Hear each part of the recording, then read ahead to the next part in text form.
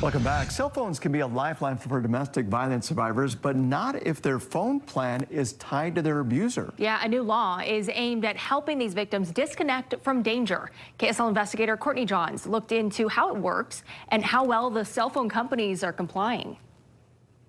Speak to an agent. Just trying to talk to a human. Representative. Is enough to give anyone a migraine.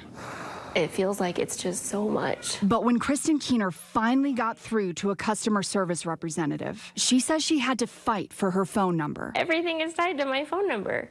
All of my accounts, everything is tied to my phone number. It all started when her ex-husband removed her as an account holder and turned off her phone service. I was really panicked. Last June, Kristen went to T-Mobile's store in Taylorsville with a protective order which states her ex-husband must transfer her current wireless number to a separate account. Like, I'm asking for your help here. Like, I need your help.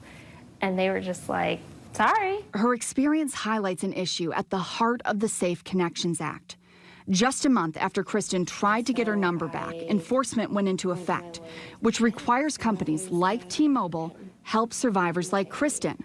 Congresswoman Anna Eshoo sponsored that act. It's made a huge difference in women's lives across the country. Under the act, cell phone companies must make it easy for domestic abuse survivors to separate a cell phone line from an abuser's account, even allowing them to go to a different provider free of charge. To qualify, all they need is a legal document like a police report or court order or a signed affidavit from a professional. This includes therapists or victim services providers. This is about getting this person away from someone who can track their movements through their cell phone plan. Kimmy Wolf with Utah Domestic Violence Coalition says another crucial portion of this act states providers must do this within 2 business days. This could be life and death.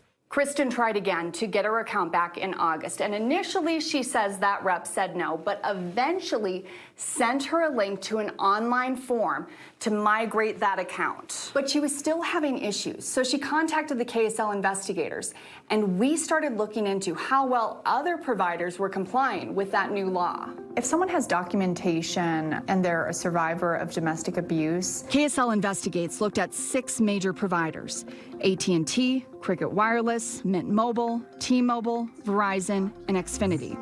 We reviewed their websites, used their chat features, called customer service, line separation, as well as local branches. Only one company had the correct information on their website, and every staff member we spoke with who understood the rule: Xfinity. That being said, Congresswoman Eshoo says rollouts like these take time, and at last check, the FCC told her they had just 5 informal complaints. Do you think that's because people are aware of it, or do you think maybe people just don't know to file a complaint? I think that they do know. The consumer, the individuals know about this, and the providers are cooperating. This is still happening. It's life or death, you say, and it's still happening. It's incredibly frustrating because for so many survivors, the cell phone is their last bit of business that they need in order to handle in order to move on. It did just feel like one more thing. After finally receiving the form, Kristen says it took 7 more days to get her own separate T-Mobile account. It makes you realize how vulnerable you are to not be able to access that. We reached out to T-Mobile about Kristen's experience. In an email they wrote, this absolutely should not have been this customer's experience, and we're already looking closely at our processes to fix that. A statement Kristen hopes they live up to. I really think that you've got some work to do.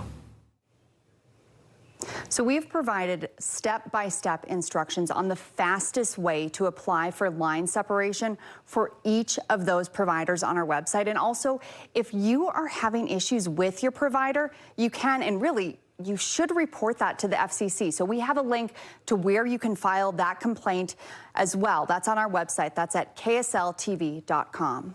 Yeah, a lot of great information that you and the team has compiled and put on our website. So great resource there. Great work, Courtney. Thank you. Now, if you or anyone you love is involved in an abusive situation, help is available. You can call the number that you see on your screen there, 1-800-897-LINK. That's for the 24-hour domestic abuse hotline. Again, that number, 1-800-897-LINK.